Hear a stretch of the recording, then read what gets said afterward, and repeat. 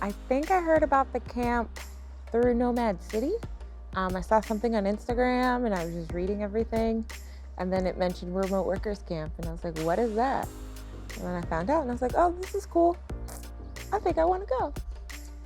I decided to come here because I was thinking about, changing to this lifestyle, traveling and working remotely.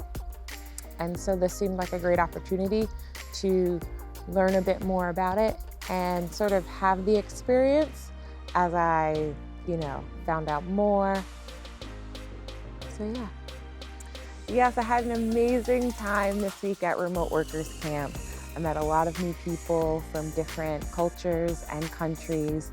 We went on some fun adventures like stand-up paddling and hiking through Masca.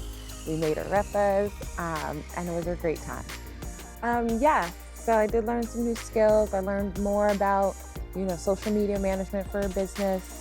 And I learned tips from Niall about how to start an online business and some tips about traveling around the world, what you need to look for in a place to stay, how to connect with people when you don't know anyone in that area. The thing that I learned the most during Remote Workers Camp was to take the leap.